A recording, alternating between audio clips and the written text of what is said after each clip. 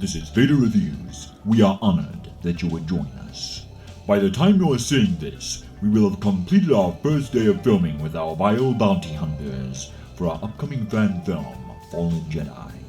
If you're new to the channel, join the Empire today by subscribing. And if you'd like to be a part of what we're doing here, donate to our PayPal so we can keep bringing you weekly videos. But now, let's discuss an out-of-this-world film that defined a decade as I review E.T. the Extra-Terrestrial. Directed by Steven Spielberg, one of the most prolific and influential directors of the 20th century. Released by Universal Pictures, this charming tale of a boy and his friend from a galaxy far, far away captured the hearts and imaginations of adults and children alike.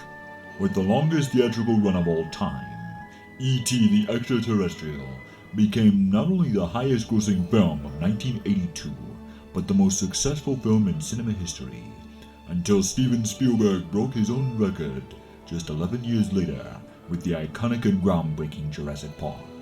The initial inspiration for E.T. came to Spielberg at the end of production on Close Encounters of the Third Kind in 1977, an excellent year for space films to say the least.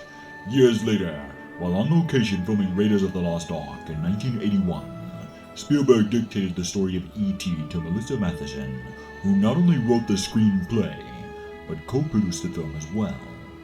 The film stars Henry Thomas as a lonely young boy named Elliot, who befriends an alien who is separated from his family by mistake during an expedition to Earth. During his audition for the role, Thomas thought of the day his dog died to fuel his performance. His raw emotion was so genuine, he had everyone in tears, and Spielberg gave him the role then and there. Nearly 10% of the film's $10.5 million budget was spent on the animatronic puppets to bring E.T. to life on the big screen. E.T.'s face was modeled after Carl Sandburg, Albert Einstein, and a pug dog.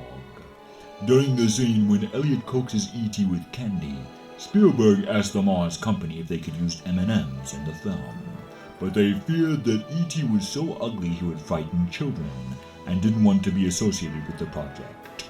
As a result, Reese's Pieces were used instead, which coincidentally caused their sales to skyrocket after the film's release. Not every project associated with the film was a success, however, as the tie-in video game for the Atari 2600 has infamously gone down in history as the biggest critical and commercial failure in the industry, with thousands of unsold cartridges ending up buried in a landfill. Back to the movie. Turns out Elliot and his family aren't the only ones who know the aliens have landed. Somebody must have called in Mulder and Scully because a Men in Black-style government organization is hot on E.T.'s trail. And while I do love this film, I must say, I find it comical that our benevolent alien super genius gets the idea to create his transmitter to call for help while he's totally plastered reading the funny papers. And after the now iconic E.T. phone home line, our delightful little space invader constructs a communicator to dial home. Fun fact, the communication device built for the film was fully operational. It was designed by Henry Feinberg, an expert in applied sciences and technology. After the hailing frequencies are open, E.T. sends out his message from space, and it's up to the neighborhood kids to sneak our favorite Martian past Uncle Sam's secret agent men, so he can rejoin his family on their starship. Interestingly, the spacecraft was designed by legendary concept artist Ralph McQuarrie, who not only designed the mothership for Spielberg's Close Encounters, but the vehicles, worlds, and overall visual aesthetic of Star Wars. This isn't the only connection to our galaxy far, far away, however. In the film, Elliot shows E.T. his Star Wars action figures. John Williams plays Yoda's theme when we see a child dressed as the diminutive Jedi Master during the Halloween sequence, and George Lucas even placed members of E.T.'s species in the Republic Senate in The Phantom Menace. Pat Welsh, the elderly woman who voiced E.T., also lent her voice to the bounty hunter Bush in Return of the Jedi. Welsh smoked 2 packs of cigarettes a day, which gave her voice its signature quality, so don't smoke, kids, unless you want to sound like an alien. This has been a public service announcement from the Empire. For your health. Bonus fun fact. Alexander Lampone, director of the emergency department at St. John's Hospital in Santa Monica, led the team of real doctors and nurses and emergency room technicians who tried to save E.T. in the film. This was done to give the sequence an authentic feel. Also, to ensure a genuine emotional response from his younger actors, director Steven Spielberg shot the film chronologically, allowing the children to bond with the alien puppet, who they saw as their friend by the end of production. So when it was time for them to say goodbye forever at the end of the film, their sadness was completely real. In the end, the success of E.T. lies not in the then revolutionary visual effects, but in its honest emotional performances, particularly by Henry Thomas, Dee Wallace, and Drew Barrymore.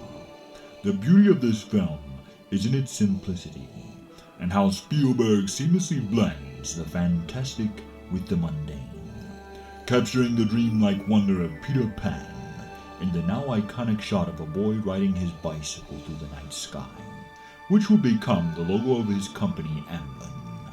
E.T. is visual storytelling at its highest form, masterfully shot and edited, with strong atmosphere and artistic use of silhouettes. These painterly compositions, combined with John Williams' sweeping musical themes, which won him the Academy Award in 1982 for Best Original Score, create an emotional and compelling experience. So for its heartwarming story, timeless themes of family and the importance of friendship, stellar performances by the entire cast, and breathtaking film score by legendary composer John Williams, I give this film 5 out of 5 Death Stars. E.T. the Extra-Terrestrial is impressive. Most impressive. This has been Vader Reviews. Be sure to like, comment, subscribe, and hit that bell for notifications, and follow me on Twitter at Vader Reviews.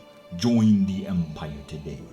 You do not yet realize your importance. Share these videos, and together we will rule the internet. And always remember, you don't know the power of the dark side.